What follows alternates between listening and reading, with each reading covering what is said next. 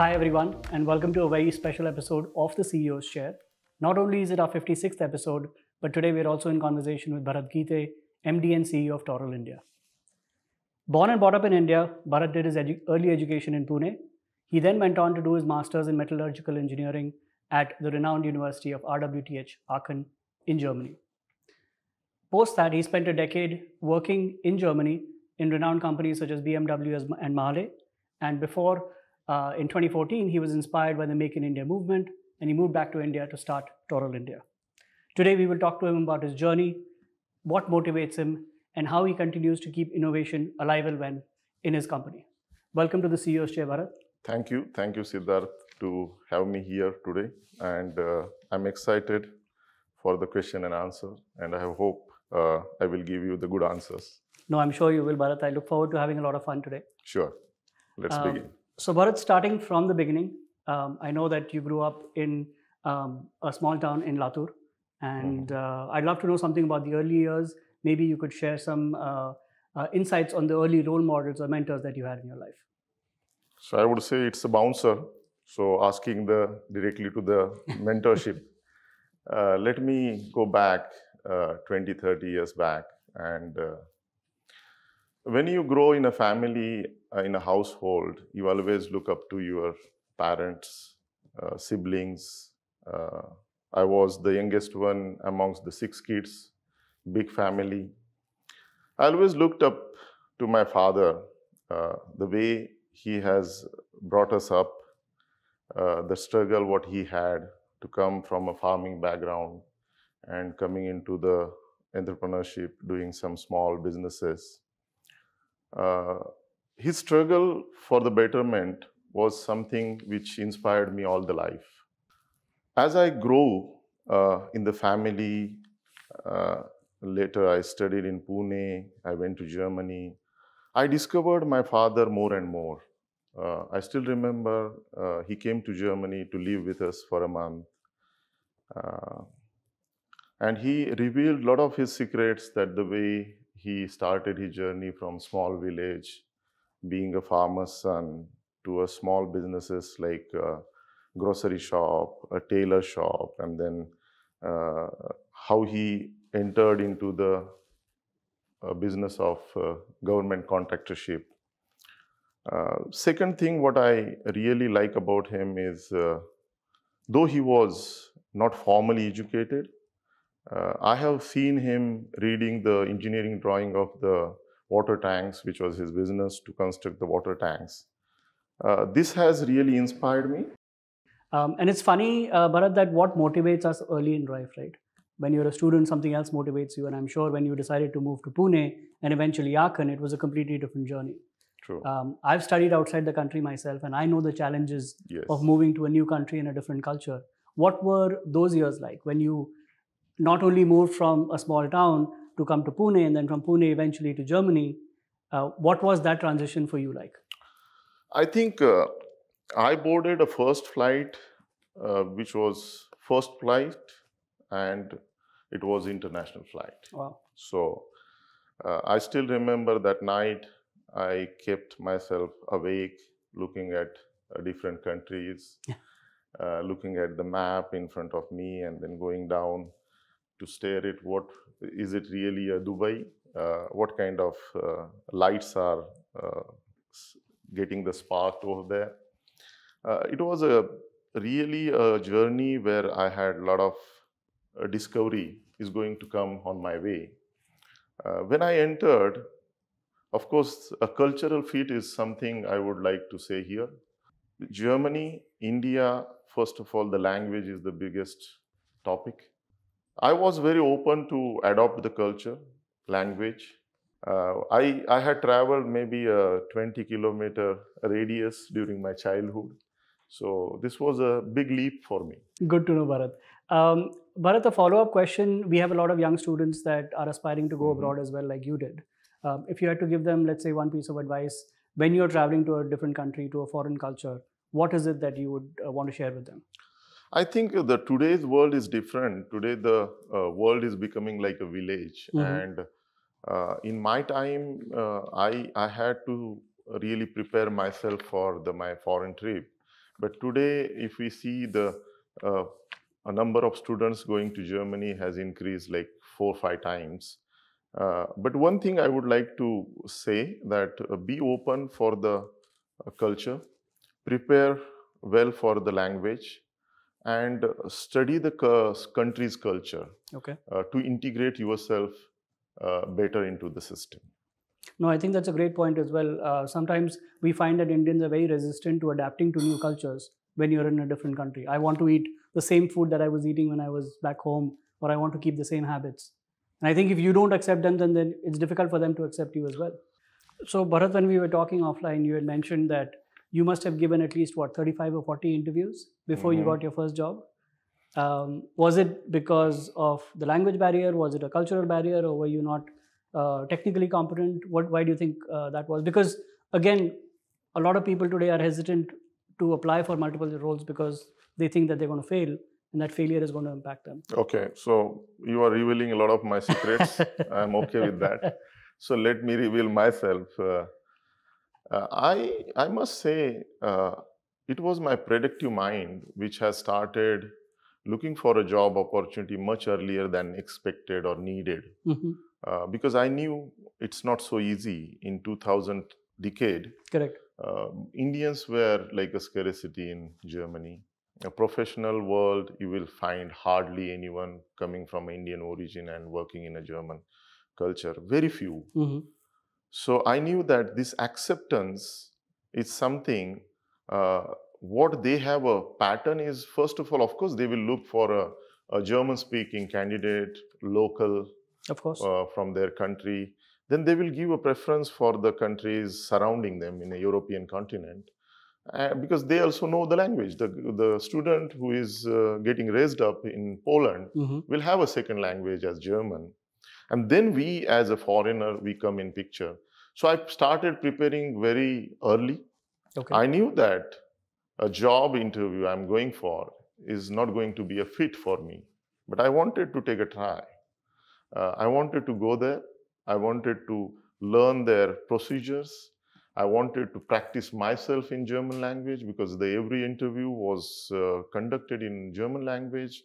My German was like hardly, I was in Germany for 2 years. Correct. So I went for, as you correctly said, maybe more than that, 50 interviews. Wow. I knew that it is not going to come to my chair, my table.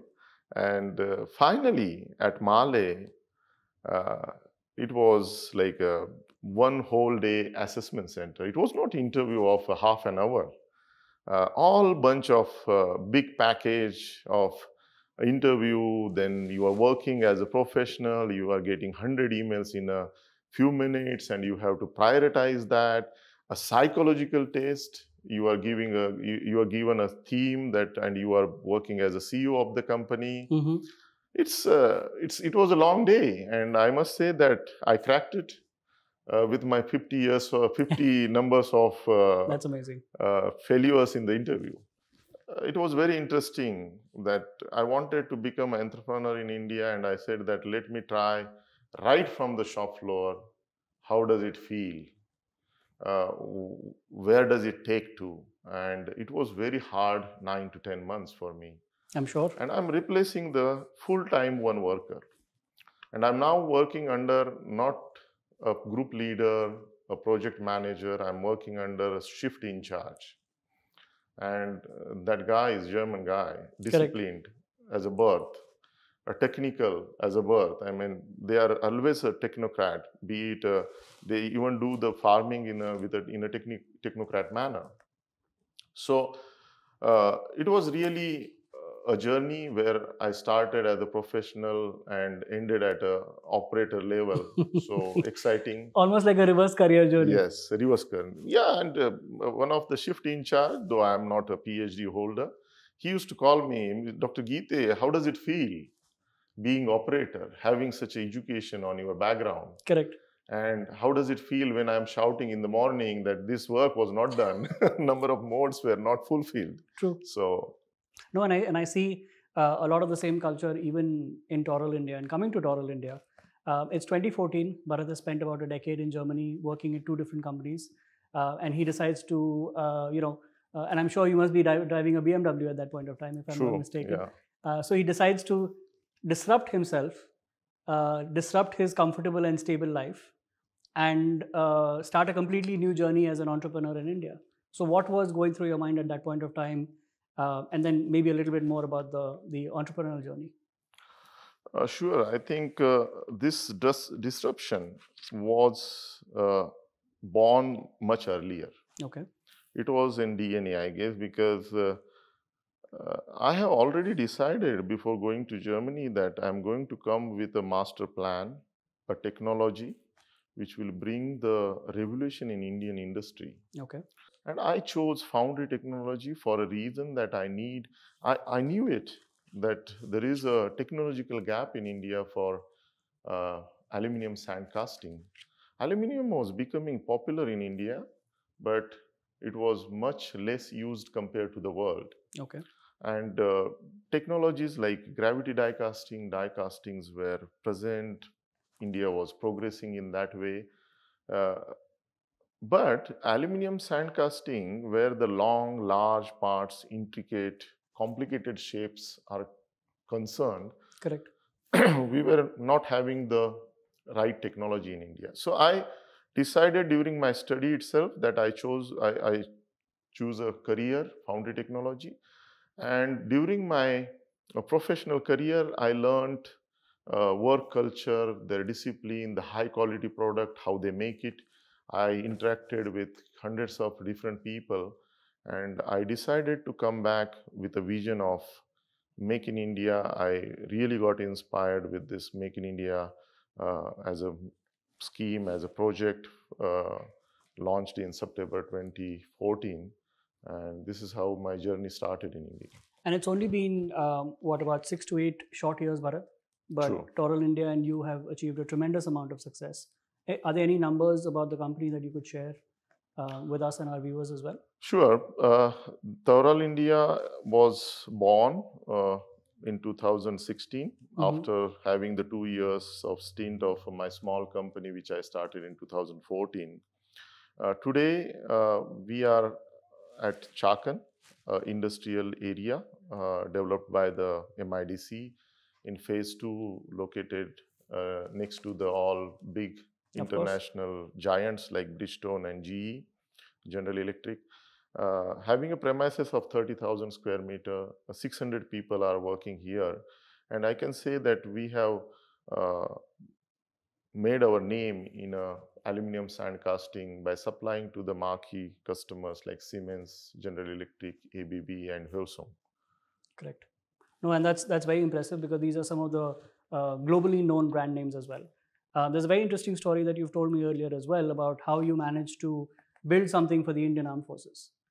And I think that is a story that everybody needs to hear because I think for me, it embodies Make in India.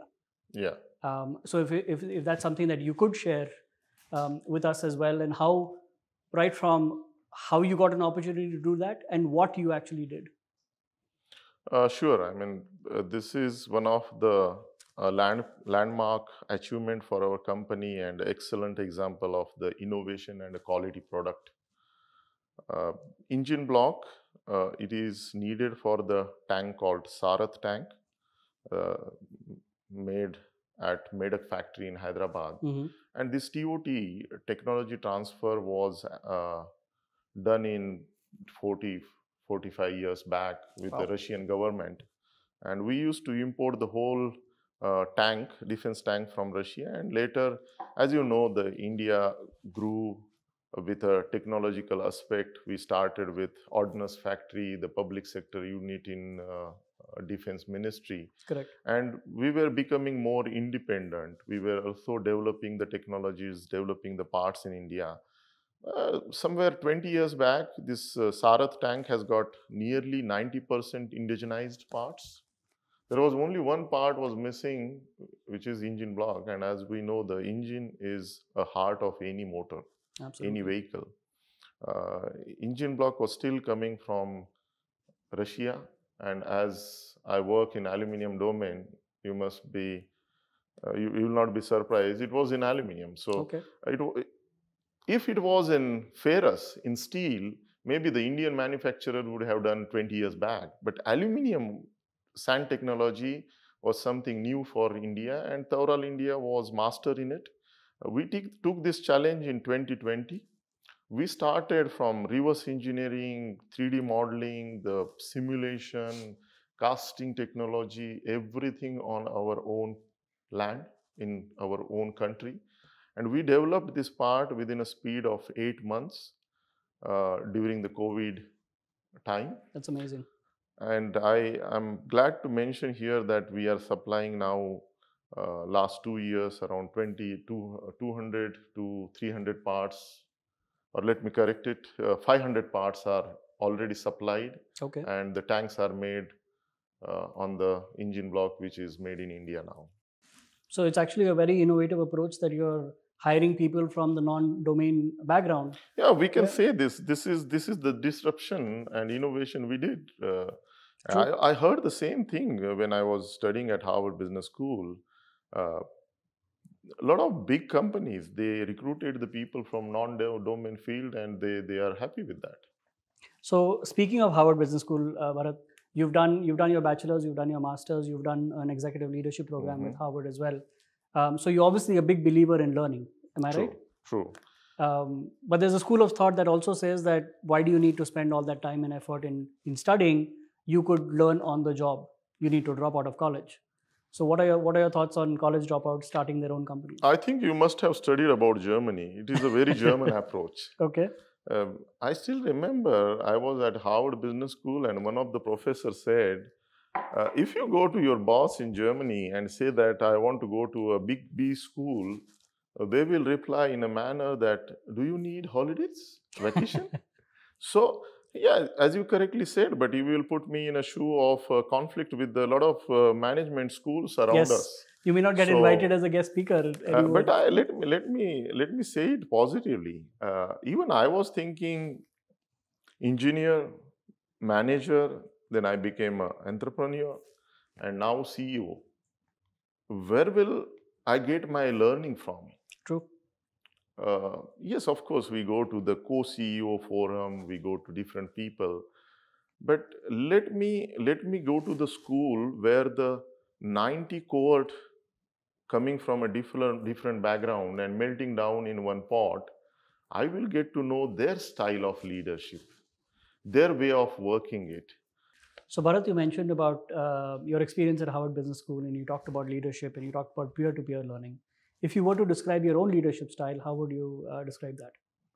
See, leadership is a big topic, and it's a dynamic topic. You need to keep changing your leadership style as per the situation occurs to you.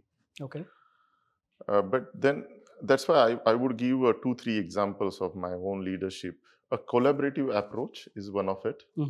I always want to take my team on a board, selling my dreams, bringing those dreams to their own level.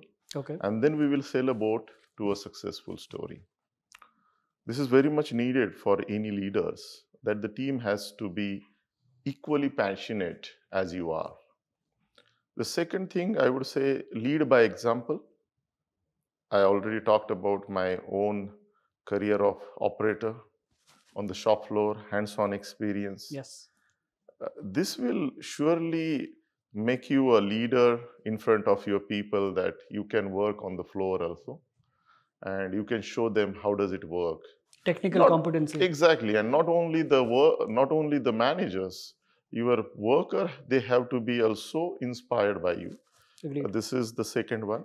The third one is observe, think, and implement. Okay. Observing the other co-CEOs, CEO level, their thoughts, their leadership styles.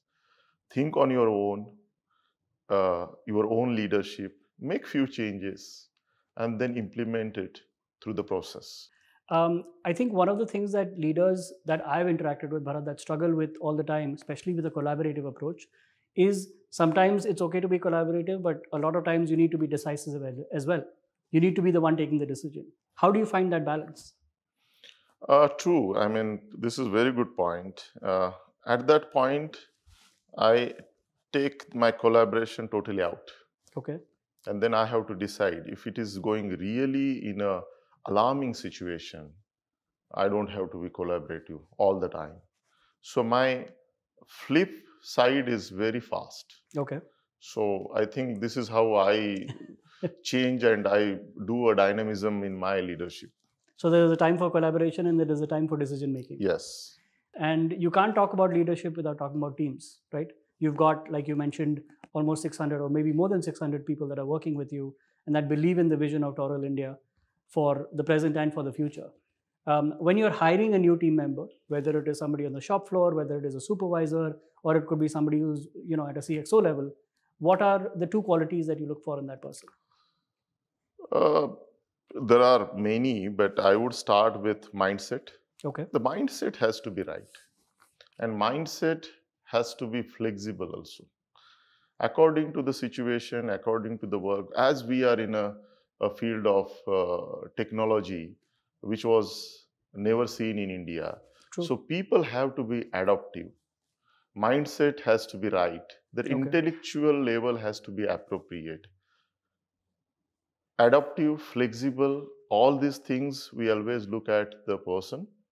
Then again, we give them a opportunity to work with us. Some of the time, even I ask them to keep meeting our people for a couple of times in the company, outside the company, to see the synergy, whether it is see matching. Them in different environments. Exactly. Because they are coming from a different field. Correct. Somebody is coming from an automotive background and now coming into the typically hardcore manufacturing field. Mm-hmm. They have to be flexible with their mindset. So I think the core material has to be right. Understood. So mindset as well as adaptability. Yes. Bharat, we have a lot of young future leaders that are also watching the show that hope to either do better in their professional careers or like you, hope to start their own businesses someday. If you were to give them maybe one or two pieces of advice, what would that be? I would say stay agile, upskill yourself all the time, disrupt yourself continuously, Mm-hmm. take risk when you are young. And the last thing I would like to say is be a good learner throughout your life. Even for me, myself, I keep learning the things from my own people. I always ask them to suggest your CEO, please advise something, instruct me, which happens sometimes, unfortunately. But I would like to have a piece of advice always from my own people, from my peer, from my colleagues. Very nice. And Bharat, just coming to the last question, it's been a very, very exciting journey, right? Right from Aachen to BMW, Mahle, Taural India. When we talk about legacy, when we talk about how you would like to be remembered, what is next for Bharat and what is next for Taural India if you're looking forward? If you see the statistic, today India is having 446 billion as a manufacturing sector contribution into our GDP, into our economy, which is 3.3 trillion. 446, which is like 0.4 trillion into the 3.3 trillion. We have a huge untapped potential. India is a country of big population, youth population. True. So we have to utilize this opportunity to become the world's manufacturing hub in India. And Taural, as far as our company is concerned, we would like to contribute into the mission of 5 trillion economy, to contribute from the aluminum sand casting purpose, which will be used within India and for the world. So this is the legacy I want to create in coming years. We want to make Taural India as an aluminium hub for the world. That's a very impressive vision and legacy, Bharat, and we wish you all the best for that. Thank you. Thank you. It's been an absolute honor to have you on the show, and I wish you and Taural India continued success. Thank you, Siddharth. Thank you very much.